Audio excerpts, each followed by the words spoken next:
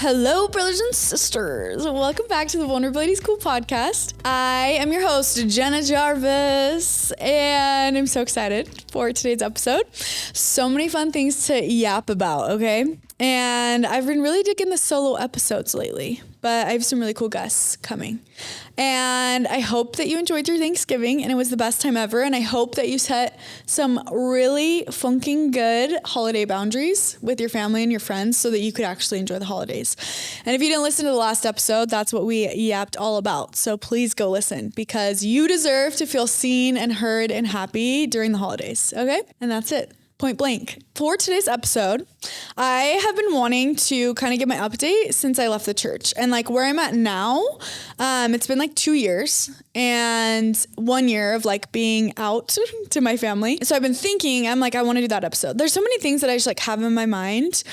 One of them, I need to say this on here so I'll be held accountable, is I have my biological grandpa was a bank robber and he was just like crazy human and he has like the craziest story ever. So I need to tell that. So that's one of them.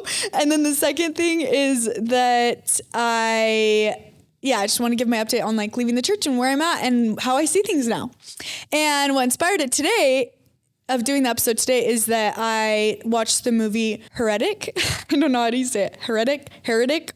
But I watched that movie and it was so mind blowing. And I was like, oh my gosh, like it literally made me feel like I just realized that the church wasn't true for me anymore all over again. Like all of these big aha moments that I had and like the progression of leaving. Like I literally, when I was watching that movie, it's also like a horror movie. So it was terrifying, but I just felt like all those similar feelings coming back up for me. And I was like, oh my gosh. And so I was like, I want to talk about it on the podcast. And I'm like, oh, I should just talk about where I'm at. Leaving the church was like literally so scary for me. If you haven't listened to my girls camp podcast episode with Haley Rawl, if you know me, then you're just gonna be like, okay, I know all this, but I served a mission. I grew up really, really like with bad religious OCD, like so by the book with everything. I went on my LDS mission and I was just so like intense and it controlled my whole life. Like I almost think in a sense, it was my only place of safety. So I took it like so seriously and it really just controlled every aspect of my life. Like I did not do anything for myself. I did everything for everybody else. And I never put my needs first. I was such a people pleaser and still struggle with those things. It's not like I just am out on the other side perfect, but yeah, I just learned so much. And so when I did make the decision to leave the church, I went on this like trip to Europe, which was literally so fun. And that's where I like had all my firsts, all of them. And it was like really cool because I was 26 and I was just doing all these things for the first time. And it was like so fun and exciting. And like, I just got to be my own person.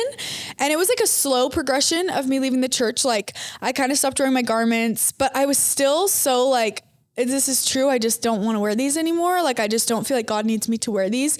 And it would just be like kind of one thing after another of like, oh, I don't know how I feel about that. And then I did a big mushroom trip and I like prayed and fasted about it and I felt really good about doing it. And then I did it. And that definitely did not make me leave the church or anything. But what it did do is help me start thinking for myself. And I realized like so many things I was doing to please other people and I was not like pleasing myself, which was so sad. And I was just essentially just losing myself.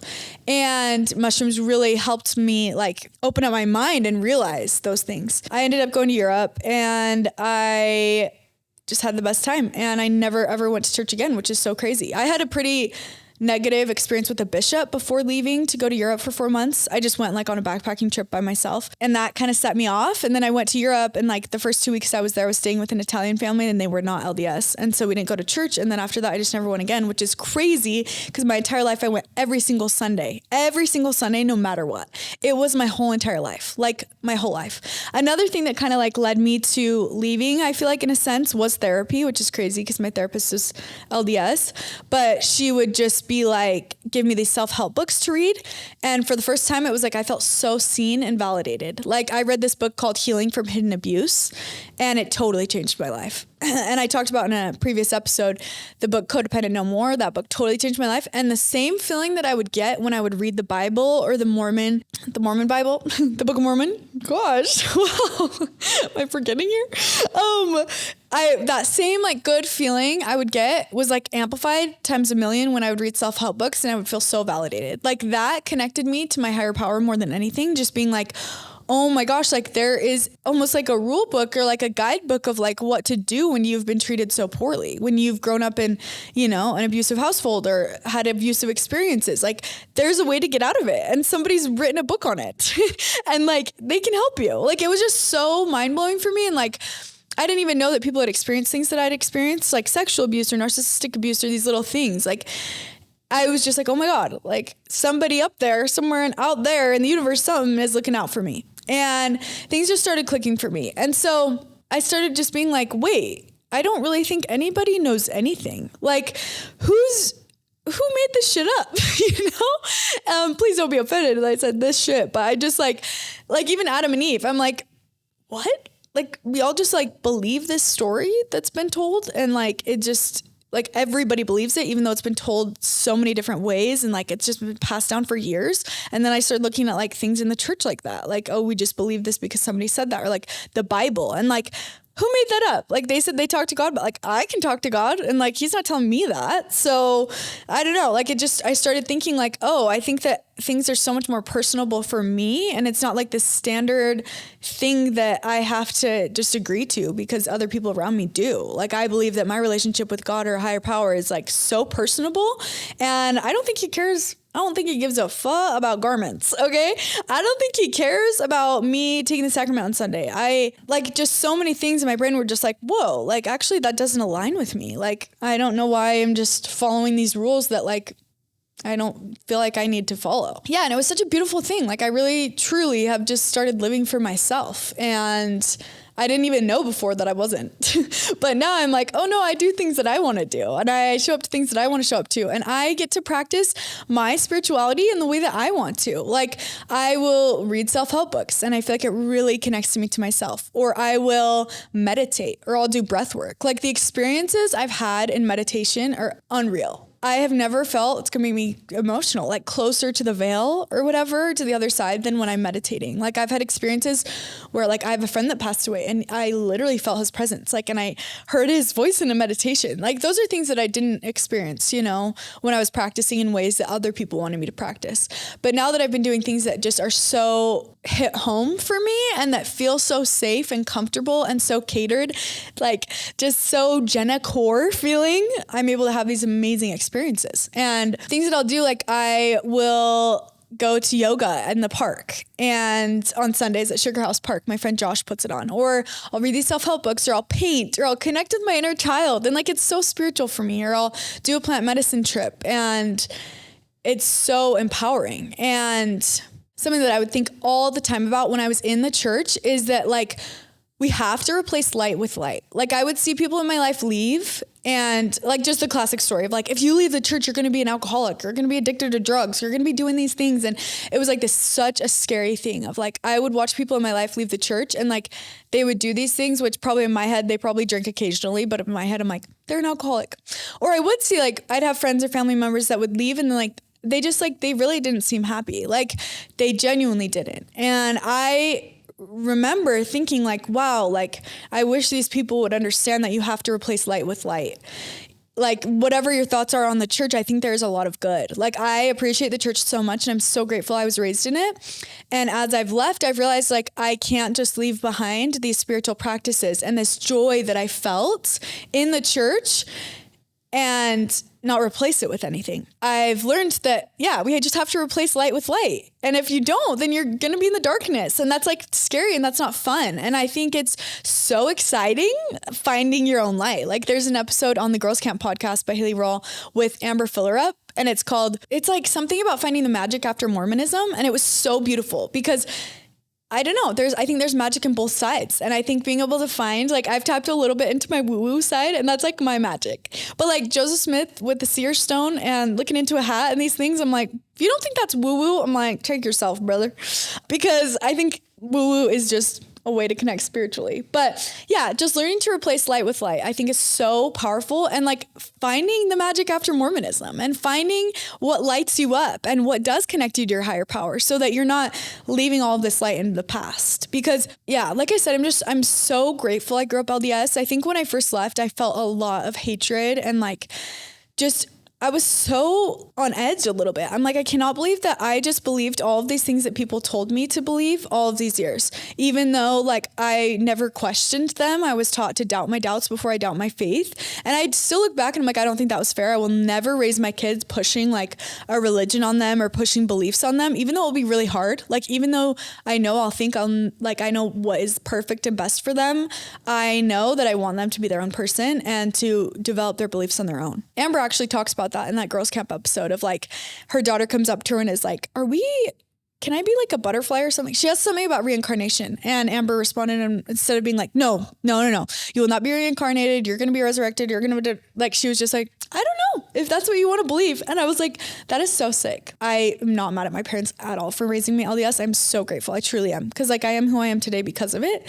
And there's so many great qualities I have because I was raised in this religion, but I'm just like, wow, it's so powerful to just like let yourself think what you want to think and believe what you want to think because like, that's how you feel. And so I kind of try to treat myself in that way now. I do think like leaving the church for me, it was really hard because I was so concerned with what other people were going to think. Like I had made up the decision in my mind of like, I know that this is what's best for me. But I don't think that people in my life are going to understand that. Cause like when I would have friends leave, I'd be like, are you okay? Be like, oh no, like they've fallen off the path. Like I'm so worried about them. And like, I just had been there. So like, I knew how people were going to view me and I was so scared. But something that I did that was so empowering for me is just, I left the church. Okay. It was like a year that I was like out and I didn't tell my family. I didn't really tell anyone. And then I went on the Girls Camp podcast and I told everyone and I was so confident about my decision that it's like, people couldn't really, like, I didn't show up with doubts. I didn't show up with like, hey, I'm not sure. Like, I need your advice. It was like, hey, like, Dad, I want to let you know that like, I'm done with the church. I am so grateful for being raised in the church. It absolutely is everything that I needed. And now I'm just seeking a truth that is outside of the church. And it's nothing against you at all. You did not make any mistakes. If anything, you raised me to be the person that I am. And I'm so grateful. And also a person that is going to follow her truth. Like I've been taught my whole life to seek truth and that's what I'm doing. And then I would have comments from family members, but like, please don't be like please don't be one of those people. And that really irked me because I'm like, I was taught from literally a young age, probably like 2 years old, to go bear my testimony over the pulpit. And if you're going to tell me that I can't preach my truth now, like that's crazy. Like, no, that's ingrained in me. Like I'm still going to preach my truth. I'm going to talk all about what lights me up and I'm going to talk about what doesn't too, because I think it's important. Yeah. I think that the church totally is for some people. Like my dad, I think it's perfect for him, like awesome. And he really believes it. And I love that for him. And I think that both things can be right. Absolutely. And it can be true for him. And it can be true for me that other things are true.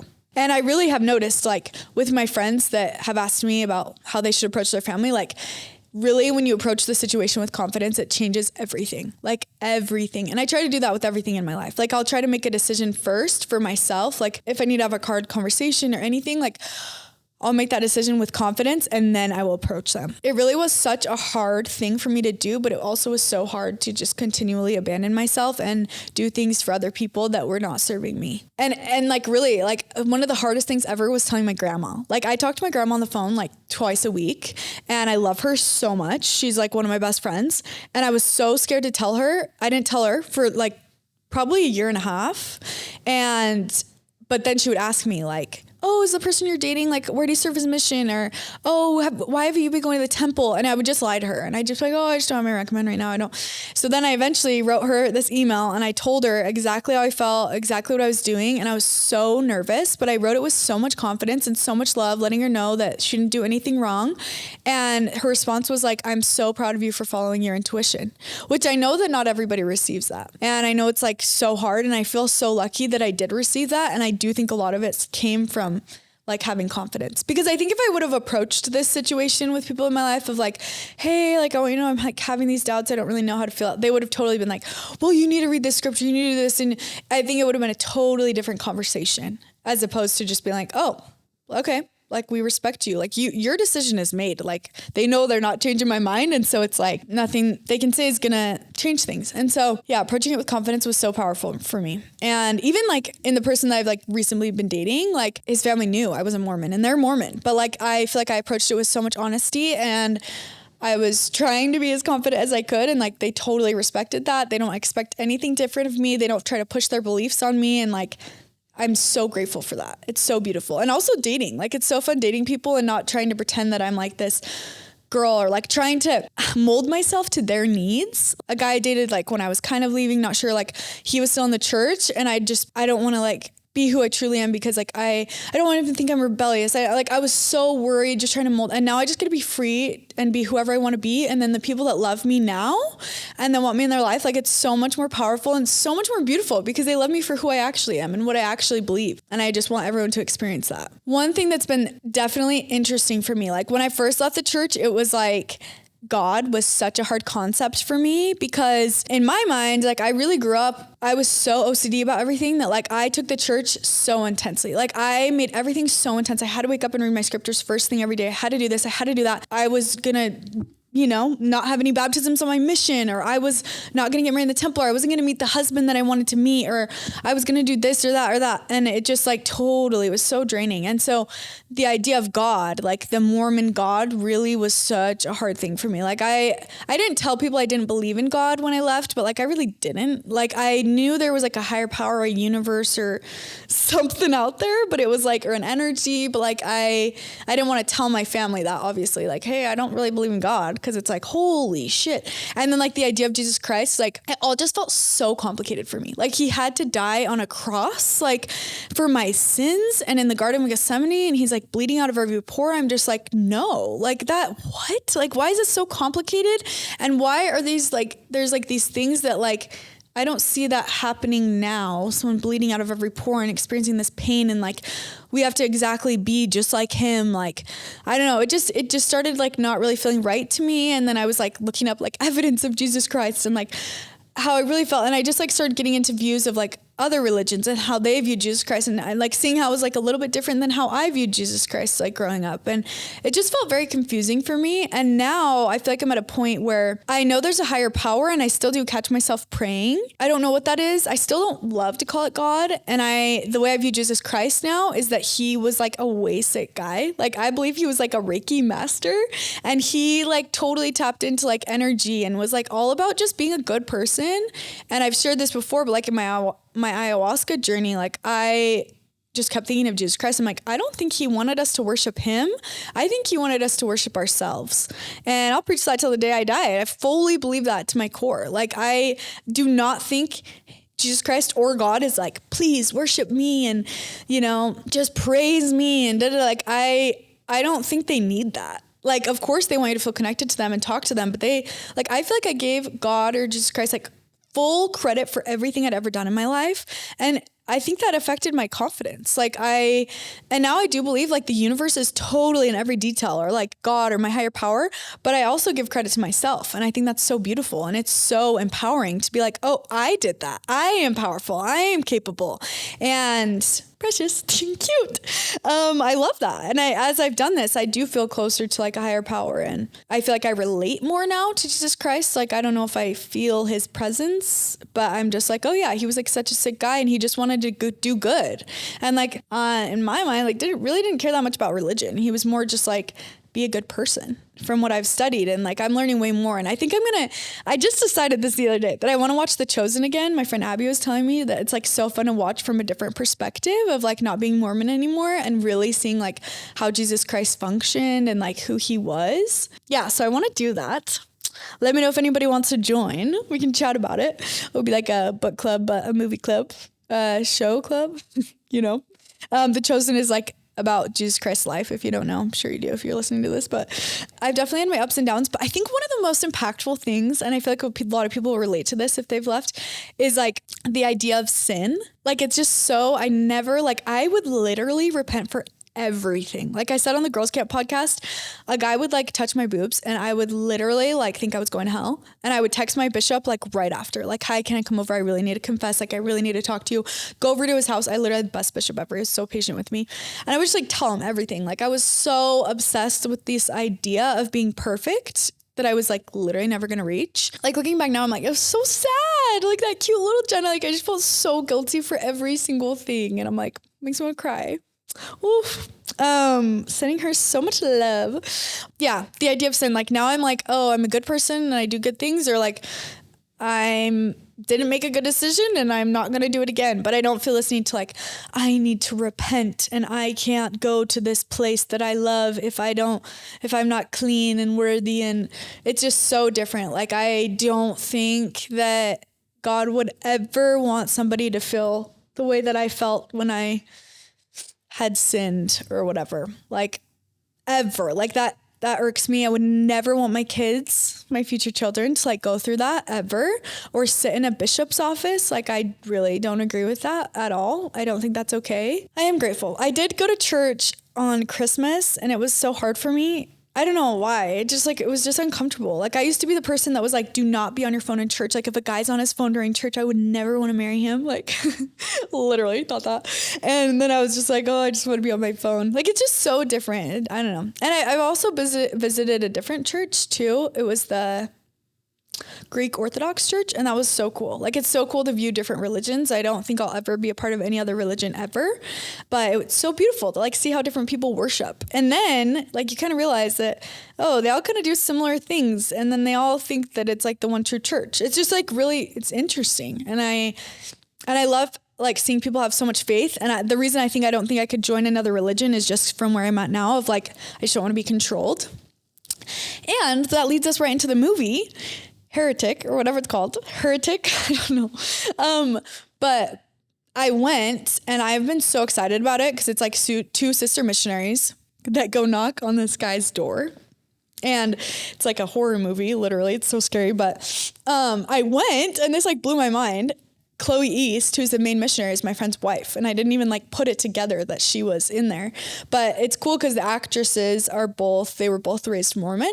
And like, I just feel like I could dive so deep into this. I don't even like know where to start, but like, and I don't want to like just tell you everything that happens in the movie if you haven't seen it, but I think some of my biggest takeaways were just that, like, he says a line about control. Like so essentially he's like bringing them in and he's like, tells them that he's interested in the church. And then he, like, if you go into someone's house and you're teaching them the gospel about Jesus Christ or whatever, you're preaching like a missionary, you know, there has to be another woman in the house. It can't be like two sister missionaries and a man. So he's like, oh, my wife is in the kitchen. She's making blueberry pie. And they're like, oh, okay, then we can come in.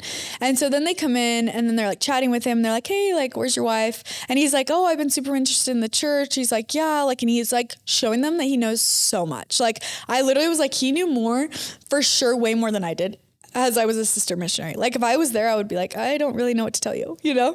And he would ask like, I don't know, some question that I feel like there's like not really that great of an answer to. And they were both kind of just like, oh, well, we just like trust that things are different. And I don't know, it was just like, I was like, oh my gosh, that was me on my mission. Like, so hard when you have like these crazy questions.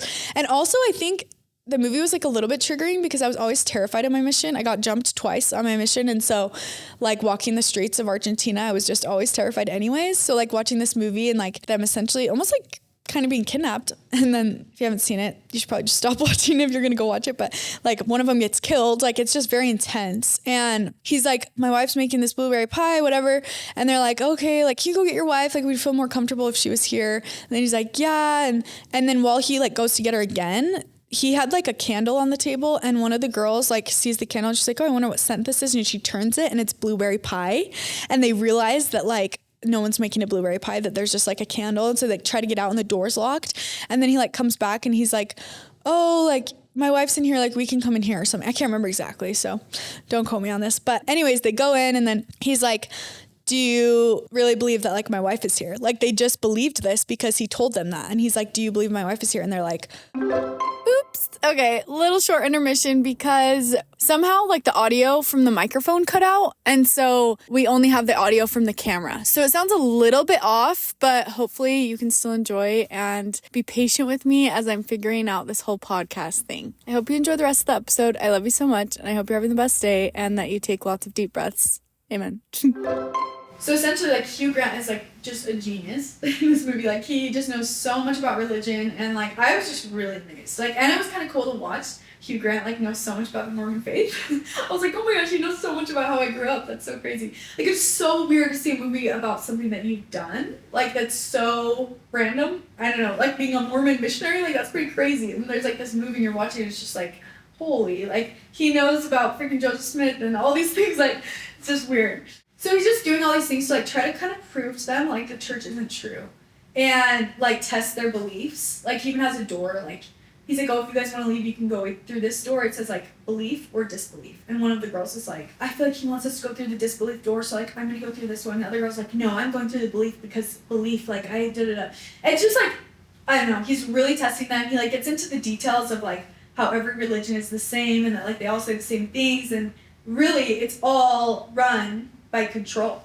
Like, something he said was, it's much easier to give people rules than to trust them to find their own way.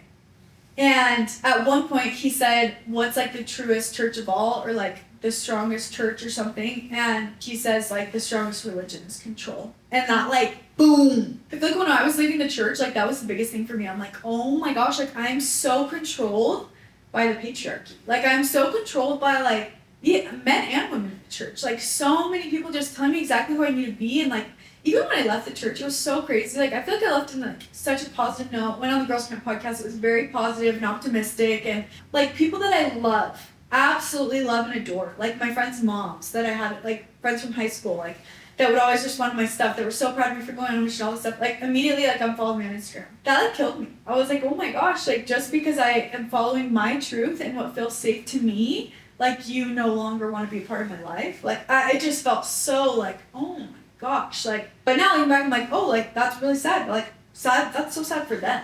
And I just, all in all, like, I just thought this movie was so powerful. I saw a review on TikTok of, like, an active member that watched the movie, and they were, like, saying all these things, like, this isn't true, this isn't true, this isn't true, and I was just like, oh, that's so crazy. Like, you totally could look at this and, like, from any perspective. Like, some people are like, oh, like, that movie, like, really tests the missionary's faith, but, like, she keeps her faith till the end. Or, like, I don't know, it's so crazy, because you could view it as, like, an ex-Mormon, and have, like, my perspective of, I'm like, oh my gosh, like, yeah, that's exactly how I felt when I was leaving the church, like, the deconstruction in my brain of, like, oh no, I'm just being controlled by everything around me, and, like, this is crazy, and, like, I don't want to be a part of this anymore. Or you could view it as, like, no, keep to the faith, like, and just, you know, hold to the iron rod and keep going, and, like, she really had faith, because at the end of the movie, it's, like, it doesn't really show. Like, you don't know if she continues in her faith or not, because one of the missionaries dies and one of them doesn't die, and she survives, and she gets out of this crazy situation. Like, he has this maze in his house, I didn't really explain this, and he, like, it's kind of like a maze, like, and he's just, like, controlling them. Like, he's just, like, getting them to go down into, like, this scary basement, and they're in there, and, like, one of the missionaries gets killed, and it's so dark. Like, literally, I could not watch. Like, I was closing my eyes, like, the whole time. It was so scary. But I loved it. Like, I would totally go see it again. I think there's just so many little things. Like, even in the very end, like, if you've seen it, my friend Ethan, whose wife is Chloe East, who is the missionary in there, he was saying to me, I was asking him his perspective on everything. He's like, it's crazy because there's so many little things that people don't even notice. Like, at the very end, when she escapes the house, it's, like, snowing outside, and she, like, just falls to her knees, and it's, like, looking up, and he's like, I don't think they even intended to do this, but it's literally, like, Joseph Smith and the Sacred Grove. Like, that was, like, such a similar thing. Like, there's just so many connections that I'm like, this is so crazy, but so well made. And I think it really just brought back all these feelings of when I was deconstructing, and like, and I still am. Like, I'm unlearning so many things and relearning things and reconstructing, and it's so beautiful. And I think just watching that was like such a huge eye-opener. Like, anyone that is like, I feel like on the fence with the church, or like knows they're kind of out, but they're just like a little bit, like, I think it would be so good to watch. Like, I wish every member would watch it too. I just think it's so important to be like, wow, am I doing this because I want to do this, or am I doing this because everyone around me is doing it, and like I'm being controlled and I'm scared that if I'm not doing this, that I'm not going to be saved and that I'm not going to be okay. Like, where are my actions and my beliefs coming from? Like, are they actually mine, or are they everybody else's that they just taught me over and over again throughout years? And I think the Mormon faith is like so unique because it really is so like intense, and we go on these missions, and there's like Secret Lives of Mormon Wives now, and like people like know about the church, and it's like these cool people are in it, but I really like, it's hard to not be like, do you actually like know what's going on? Like, do you really believe this because you believe it, or do you believe it because everyone around you believes it? And I definitely don't want this to be a negative thing at all, and I hope that it's not coming across in that way. That is not what my little heart desires at all. I just wanted to share where I'm at and like the breakthroughs that I've had, and really being able to come home to myself and like have a different view of God and Jesus Christ, and like something right now, this might sound a little woo-woo, but is like, that's so interesting to me is like the afterlife.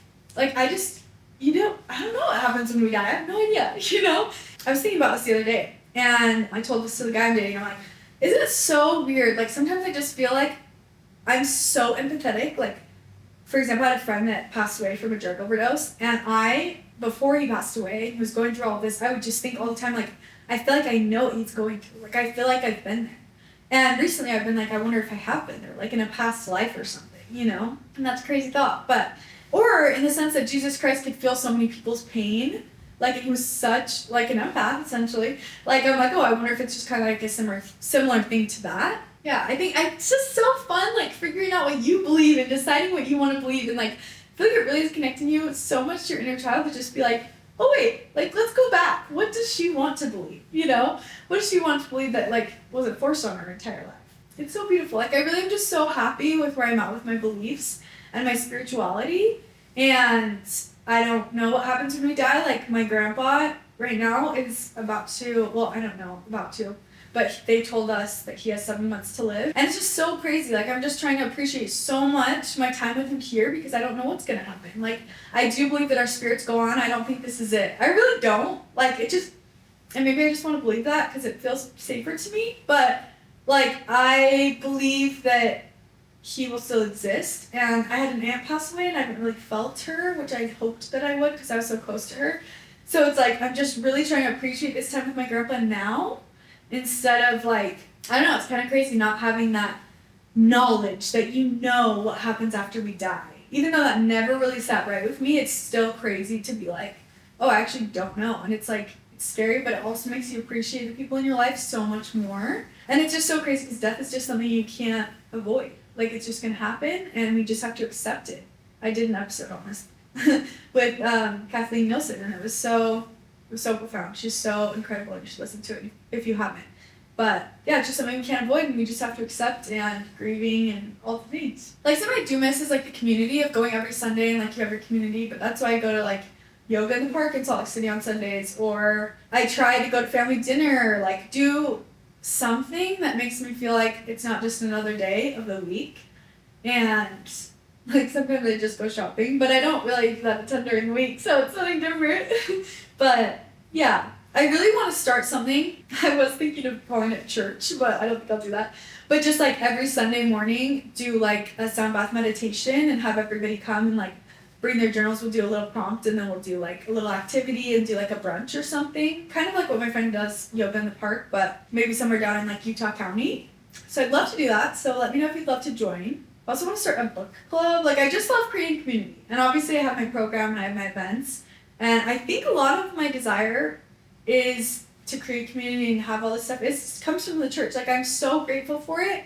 But I also think I created it because I needed something outside of that. Something that was real and that was raw and that was in depth and that allowed people to believe what they wanted to believe instead of just doing what everybody else is doing. I say this so much, but I'm just so grateful for my programs and my events because you get to show up as whoever you want to be. They're just as beneficial for me as they are for the participants that come and the girls that pay, and like, because I'm like, oh my gosh, I get to show up and be whoever I want to be, and these girls just love me and they love themselves, and it's so beautiful. And I'm so grateful. I think that overall, I was so terrified to leave the church. I was so terrified of what my life was going to look like, but I was also so excited, and I feel like it really has played out to be, like, so great for me, and it makes me emotional. Like, I'm just so grateful that I followed my heart, because every part of me, like almost every part of me just wanted to stay just because it was comfortable and like I knew I wouldn't be judged and like, but I wasn't happy. Like, and what? I'm gonna stay in the church for my grandma? Like, I'm gonna stay because she believes something, but I'm not gonna be true to myself? Or I'm gonna stay because I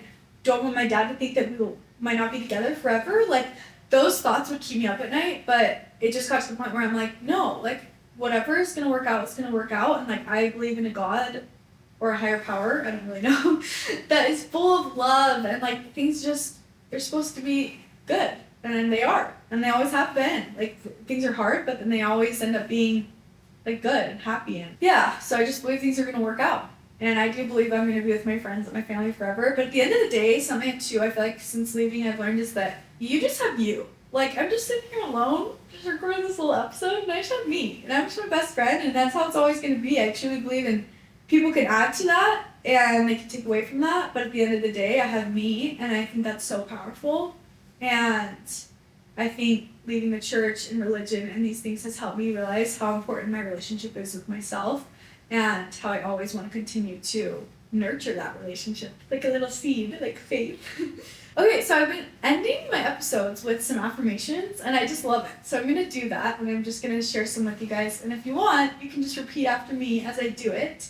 And okay, I always do the question too, like if I could have everyone in the world understand one thing, what would it be? And I feel like for this episode, it would be that you need to live your life for you.